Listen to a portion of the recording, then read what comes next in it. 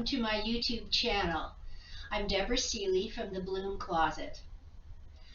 On our last video, I talked about leaf printing, and today I'm going to do another one, and this time with a different plant. Last time we did the scented geranium leaves, and today I'll be doing the hydrangea, the leaves and the blooms.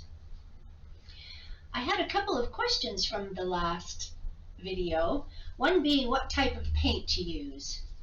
So I'm going to say this time I use acrylic paint, artist acrylic paint, which works nicely. Today I've set up the palette with 3 shades of green and a crimson red and a white that I'm going to be mixing to get a pretty shade of pink. I'll be starting with a leaf.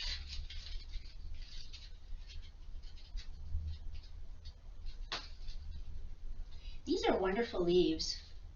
They're very heavily veined on the back, and I think they should turn out nice. So, as we talked about last time, I ink one side. I'm going to mix the colors today, so it's going to be kind of interesting, I hope.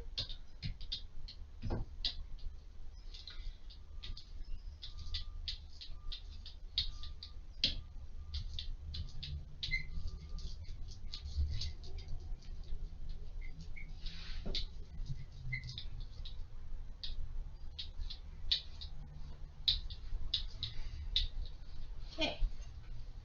I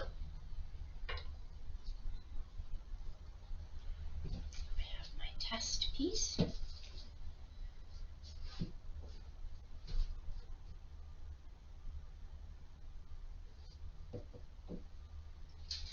Wax paper, and I'll roll it on. See how this goes.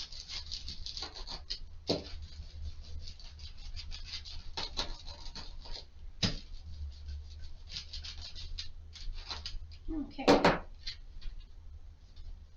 quite nice.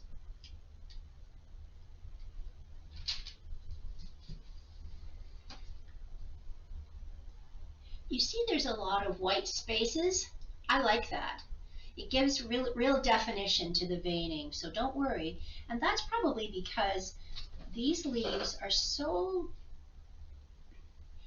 well, they're so veined that the ink didn't get down as far into them as other leaves. So there's the leaf. I also, as I say, used 3 different colors. I didn't totally mix the colors together on the palette. I left them so that I could pick and choose on my roller which ones to use. So you'll see the green gold color comes out a little bit on the edges. That looks a little bit more natural. So I used green gold, sap green, and olive green. Okay, now we'll do some petals.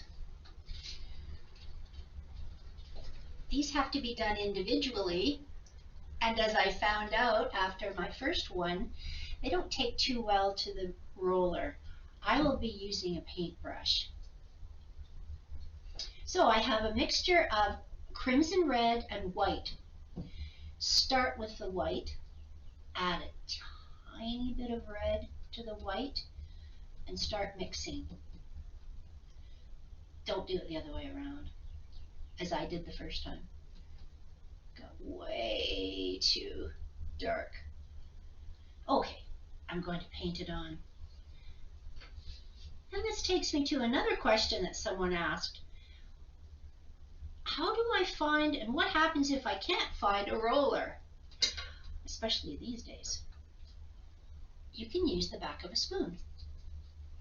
A nice tablespoon, nice sized tablespoon, and just roll it on with the spoon.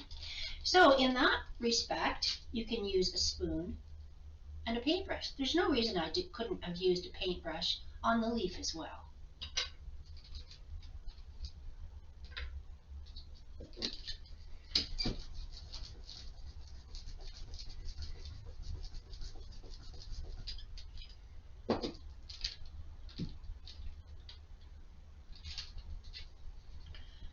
And there's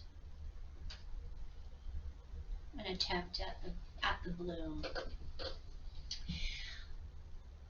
Putting many together to make a full bloom, many petals, will make it look more like a hydrangea. So don't worry that they don't all turn out to be perfect lobed petals.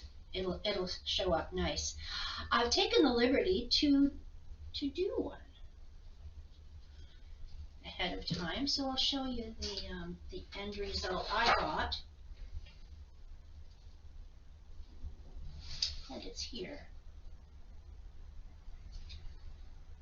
So all I did afterwards was paint in the stems to make it all come together.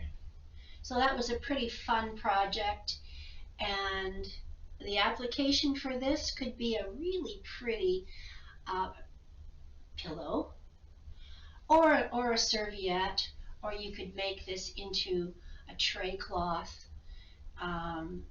Anything. I think it's the epitome of summer. Well, thank you for joining me today in my garden shed. I enjoyed it. It was fun, and I hope you join me again for the next one. Might be outside in the garden next time. Lots of things to do. We have a large garden, and we're always puttering about. Thank you very much. See you again.